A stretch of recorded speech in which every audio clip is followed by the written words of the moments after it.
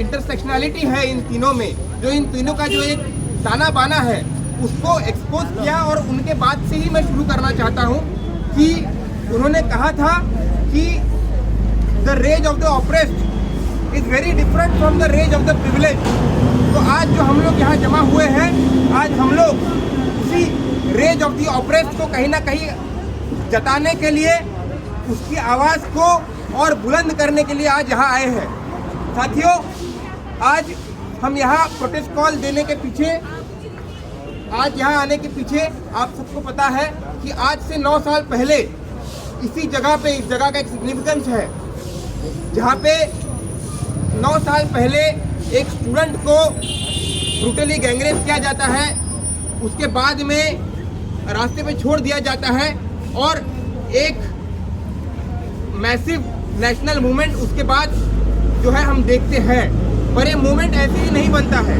और इसमें मैं कहना चाहूँगा कि जेएनयू के स्टूडेंट मूवमेंट का एक बहुत बड़ा रोल है कि उस पूरे आंदोलन को एक तरीके से इमीडिएटली जब खबर आता है 2012 में 17 दिसंबर की सुबह, तब तत्कालीन जेएनयू-एसयू की तरफ से चक्का जाम का कॉल दिया जाता है बसंत कुंज थाने के सामने।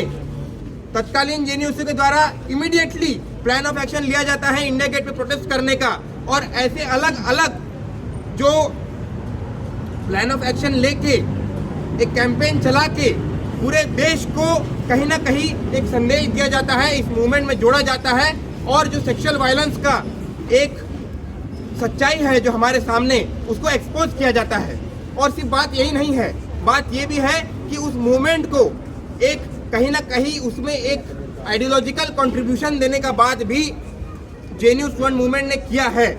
और उसी समय जो भी एक मूवमेंट हुआ था, वो मूवमेंट एक सिर्फ आउटरीच का मूवमेंट नहीं था, वो मूवमेंट था एक स्ट्रक्चरल ट्रांसफॉर्मेशन का। वो मूवमेंट था कि जो स्ट्रक्चर है पेट्रियार्की का, जो ऑपरेट करता है institutions of law, institutions of police, institutions of the state के थ्रू, उसको चैलेंज करने का, उसमें बदलाव लाने का। और इसीलिए एक मांग था कि कमेटी बनाई जाए सुप्रीम कोर्ट के रिटायर्ड जस्टिस के अंडर, और जस्टिस वर्मा कमेटी का फॉर्मेशन होता है, जिसमें तत्कालीन जेएनयू-एसयू प्रेसिडेंट और जीएसके रिप्रेजेंटेटिव को पार्ट बनाया जाता है। और वो कमेटी कई सारे रिकमेंडेशन देती है। और अपने बात को मैं बहुत लंबा नहीं खींचना चाहता हूँ क्योंकि बाकी भी लोग हैं जिन्हें अपना बात रखना है, पर कुछ बातें मैं आपके सामने रखना चाहता हूँ। आज आते समय हमने नारा दिया कि जस्टिस वर्मा कमेटी को लागू करो। क्यों हमने नारा दिया? जस्टिस वर्मा कमेटी के जो रिकमेंडेशंस है, मैं सारे छात्रों से अपील करता हूं कि हम उनको पढ़िए। उसमें पहला चीज लिखा है, the crime of rape is not a crime of passion, it is the crime of power, it is an expression of power.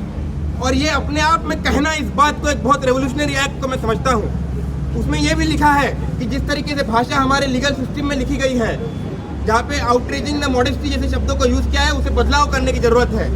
उसमें यह लिखा है कि आफपा के अंडर सेक्सुअल वायलेंस होता है, एक इम्प्यूनिटी मिलता है। और उसमें सजेशन दिया गया है कि सेंसिटाइजेशन जरूरी है, sensitization of arm forces, sensitization of police, sensitization of the legal institution. उसमें रिकमेंडेशन दिया गया था 2 फिंगर टेस्ट के बैन के लिए, जो उसके बाद हुआ। उसमें रिकमेंडेशन दिया गया था कि एजुकेशनल रिफॉर्म्स का, पुलिस रिफॉर्म्स का, और तमाम ऐसे कई सारे रिफॉर्म्स की बात कही गई थी जो आज भी पूरे नहीं किए गए हैं, जिसे आज भी दरकिनार कर दिया गया है। और हम देखते हैं कि उस समय भी और आज भी जो एक मेन स्ट्रीम पॉलिटिकल फोर्सेस है, जो एक बुर्जुआ पॉलिटिकल फोर्सेस है, जो इस पूरे मूवमेंट को कहीं ना कहीं कॉप्ट करना चाहते थे, उनका एक नैरेटिव क्या बनता है? उनका नैरेटिव ये बनता है कि रेप के क्राइम में इमीडिएट डेथ पनिशमेंट दिया जाए, डेथ पेनल्टी दिया जाए। और जेएनयू-एसयू ने, तब के जेएनयू-एसयू ने और आज भी जो जेएनयू-एसयू है और जेएनयू के छात्र मूवमेंट ने, प्रोग्रेसिव स्टूडेंट मूवमेंट ने इस बात को रखा है कि डेथ पेनल्टी के हम लोग पक्षधर नहीं है। डेथ पेनल्टी से ये क्राइम रिजॉल्व होगा या फिर समाज से पेट्रियार्की खत्म होगी, इसका कोई भी एविडेंस हमारे सामने नहीं है। और रही बात डेथ पेनल्टी की, तो उसका सजा सबसे ज़्यादा किन सोशल क्लासेस को मिलता है, किन मार्जिनाइज तबकों को मिलता है, इसका डेटा हमारे सामने है। और इसीलिए आप देखिए किस तरीके से, चाहे कांग्रेस हो चाहे बीजेपी हो, किस तरीके से इस एक लॉजिक को, इस रिवेंज के एक लॉजिक को प्रमोट किया जाता है। कुछ समय पहले हैदराबाद में का इंसिडेंट आपको याद होगा, जहाँ पे गैंगरेप के केस के लिए समरली विदाउट एनी ट्रायल एनकाउंटर किया जाता है। एनकाउंटर क्या ही कहे, फायरिंग स्क्वाड ही बोला जाए, फायरिंग स्क्वाड से जो अक्यूज है उनको मार दिया जाता है। मैं पूछना चाहता हूँ, क्या इससे कहीं पे भी जो पेट्रियार्कल स्ट्रक्चर है, क्या इन्हें कोई ठेस पहुंची? आपने एक इंडिविजुअल के ऊपर में जो इसका ठीकरा फोड़ा, क्या इससे जो ब्राह्मणवादी व्यवस्था है, जो पितृसत्तात्मक व्यवस्था है, क्या उसके बारे में उसके ऊपर कोई भी आंच आई? तो नहीं आई। और इसीलिए जब हम बात करते हैं सेक्सुअल वायलेंस का हमारे देश में, जब हम बात करते हैं पेट्रियार्की का, तो हमें बात करना पड़ेगा इस ब्राह्मणवादी स्ट्रक्चर का, और हमें याद करना पड़ेगा भंवरी देवी के स्ट्रगल को। 1992 में भंवरी देवी जो एक सोशल वर्कर थी राजस्थान में, जो एक जाति से आती, कुम्हार जाति से आती है, जिसे लोअर कास्ट माना जाता है अपर कास्ट के द्वारा, उनका गैंगरेप होता है और उसके बाद उनका सोशल बॉयकॉट भी होता है। उसके बावजूद वो कि अपनी लड़ाई को लड़ती है, लीगली लड़ती है, पॉलिटिकली लड़ती है, और इसके बावजूद कि वहाँ पे जो डिस्ट्रिक्ट हाई कोर्ट है वो कहता है कि जो गुर्जर, जो वहाँ पे जो ऊंची जाति के मर्द हैं, जो मिडिल एज के मेन हैं, ये ऐसा काम कर ही नहीं सकते हैं। ऐसा समझदारी एक कोर्ट के अंदर में भी जब है, तो आप समझिए किस तरीके से बाकी इंस्टीट्यूशंस में भी ये विचारधारा एक तरीके से अपनी सत्ता को जमाए बैठा हुआ है। और मैं सलाम करना चाहता हूँ भंवरी देवी के संघर्ष को, और कहना चाहता हूँ कि भारत में या पूरे दुनिया में, जहाँ तक हम जब बात करते हैं पेट्रियार्की का, तो उसे कैपिटलिज्म से अलग करके नहीं देखा जा सकता है। जब हम बात करते हैं वेस्टर्न सोसाइटीज़ का, तो उसे रेसिज्म से अलग करके नहीं देखा जा सकता है। साथी बेल हुक्स का मैंने बात किया जैसे, तो उनकी पहले किताब का नाम था एंट आई ए वुमन, जो अमेरिका के एक बहुत ही फेमस एक्टिविस्ट और एबोलिशनिस्ट सोजर्नर ट्रूथ के एक स्पीच से आता है। जब सिविल वॉर वहाँ हुआ था, तब जो वहाँ के कुछ लीडिंग विमेन एक्टिविस्ट थे, वो यूएस के प्रेसिडेंट को मिलने गए। तो सोजर्नर ट्रूथ, जो खुद एक ब्लैक महिला थी, जो एक स्लेव थी, वो भी उनके साथ आई। तो उन्हें कहा गया कि आप मत आइए, आप ब्लैक हैं। तब उन्होंने एक बात कही थी, एंट आई ए वुमन। और इस बात को हमें समझना पड़ेगा। जब हम भारत में बात करते हैं पितृसत्ता का, तो हमें बात करना पड़ेगा ब्राह्मणवाद का, और हमें बात करना पड़ेगा इस पूंजीवादी व्यवस्था का, जो एक तरीके से इस पूरे लीगल सिस्टम में कहीं ना कहीं सेक्सुअल वायलेंस को एक जगह देता है, जो कहीं ना कहीं जो है कि महिलाओं को दुय्यम दर्जा मिले रहे, उनको अपना लेबर का पूरा हिस्सा नहीं मिले, उनको जस्टिस नहीं मिल पाए, इसके लिए एक कार्यरत रहता है। और इसीलिए आज भी जब बात होता है रेप का, तो बात होता है, तब मैरिटल रेप का जब बात होता है, तब आप देखिए किस तरीके से यही मेनस्ट्रीम पार्टीज अपना मुंह फेर लेते हैं, कहते हैं कि ये तो हो ही नहीं सकता है। इस तरीके का एक समझदारी को हम कंडेम करते हैं। हम कहना चाहते हैं कि रेप रेप होता है, और आप इसको इस तरीके से ये डिफेंड नहीं कर सकते हैं।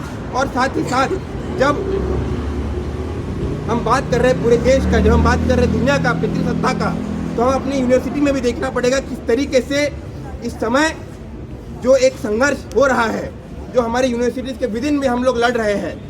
एक तरफ एक जेएनयू छात्रा आंदोलन के संघर्ष से एक जीएस कैश जैसा मॉडल बॉडी बनकर तैयार होता है, जिसे जस्टिस वर्मा कमीशन तक के कहता है कि एक मॉडल के तौर पे इसे लिया जाए, और हर यूनिवर्सिटी में इसको, इस मॉडल को रिप्लिकेट करने की कोशिश की जाए, जिसे अलग अलग कमीशन जो है, जब मैंने बात किया भंवरी देवी का, तो उनके जजमेंट से एक मेजर जो अचीवमेंट आया sexual harassment in the work place act, जिसके थ्रू जीएस का जेएनयू में बना, तो अलग अलग कमेटी जो उसके थ्रू बनी, वो भी कहती है कि जीएस कैश का मॉडल एक जो है एक मॉडल इंस्टीट्यूशन के तौर पर उसे देखा गया है। पर इसके बावजूद आज हमारे कैंपस में जो एक संघीय प्रशासन है, जो अतुल जौहरी जैसे सेक्सुअल हरासर्स को प्रोटेक्ट करने का, उनको शील्ड करने का काम ऑफिशियली करता है, तो वो जीएस कैश को डिसॉल्व करता है, और डिसॉल्व करता है इसीलिए ताकि एक इंस्टीट्यूशन जो स्ट्रगल के थ्रू बना है,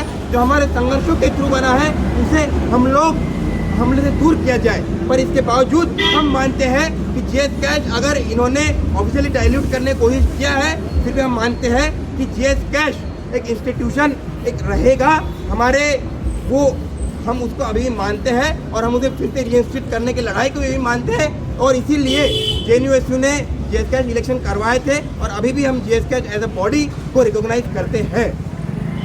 और साथ ही साथ जब हम बात कर रहे हैं पूरे इस ताने बाने का, तो हमें बात करना पड़ेगा कि जिस तरीके से आज के समय सेक्सुअल हरासमेंट को कैंपस में नॉर्मलाइज किया गया है, आज के समय जिस तरीके से आईसीसी जैसा एक इंस्टीट्यूशन जो अपने आप में एक बायस इंस्टीट्यूशन है, जिसके हेड जो है वो वाइस चांसलर है, और वाइस चांसलर उसका हेड होने का मतलब यही है कि उस इंस्टीट्यूशन में एक बायस है, उसमें इलेक्शन के जो फैसिलिटी है उसको बंद किया गया है और पिछले 2 साल से आईसीसी में इलेक्शन नहीं हुआ है। और जो हमारे साथी हैं जिन्होंने आईसीसी को अप्रोच किया, या आप पेपर देख लीजिए किस तरीके से आईसीसी का एक ही रोल रहा है इस कैंपस में, किस तरीके से विक्टिम ब्लेमिंग किया जाए, किस तरीके से सर्वाइवर को ब्लेम किया जाए, किस तरीके से स्लट शेमिंग किया जाए, और इसके द्वारा जेंडर जस्टिस के प्रिंसिपल्स को कॉम्प्रोमाइज़ किया जाए। और ऐसे इंस्टीट्यूशन को हम सिरे से नकारते हैं, हम मानने से एकदम मना करते हैं। तो इसीलिए अपने बात को ख़त्म करते हुए इस बात को मैं कहना चाहूँगा कि जो संघर्ष 9 साल पहले जेएनयू के छात्र स्टूडेंट मूवमेंट ने लड़ा, उस संघर्ष को के लेगेसी को आज भी कमेमोरेट करने के लिए, याद करने के लिए, उसे आगे ले जाने के लिए आज का प्रोटेस्ट है और हम उसे आगे ले जाएंगे।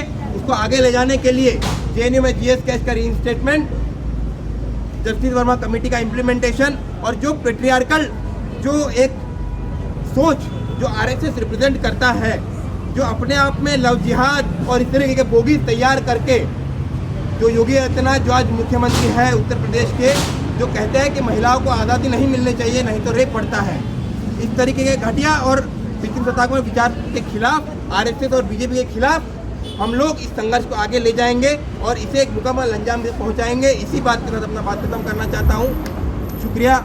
जय भीम। इंकलाब जिंदाबाद।